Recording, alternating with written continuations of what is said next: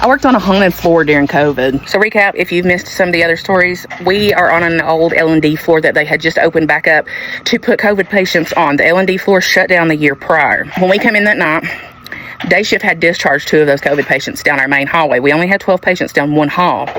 Discharged 2 of them. EVS was super short-staffed because everybody had COVID and couldn't come back to work for 2 whole ass weeks, right?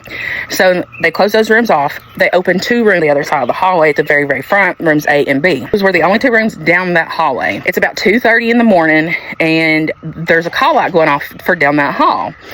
And I asked my PCT before she answered it. I said, who is it? She said 33 in.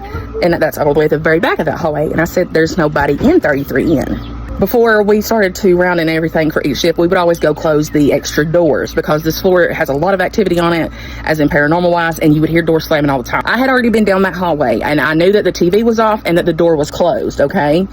She said 33 in. I said, there is nobody in 33 in. Nobody in there. Picks the phone up and, you know, she's like, can I help you? And all you hear is the loud ass TV, okay? The TV's like full volume. So I go back there, making my way down the hallway to see if there's a ghost and shit. So I go in the room, okay? As soon as I get to the door, I can hear the TV through the door out in the hallway. I go in, the TV's on full freaking blast. The bed's all the way up in the air when it was in the lowest position possible before. And I immediately turn the TV off because hello, overstimulation. I go over to the wall. I hit the cancel button for the call bell. Didn't work. Jabbed it a couple more times. Did not work. I hit the cancel button on the bed for the call bell.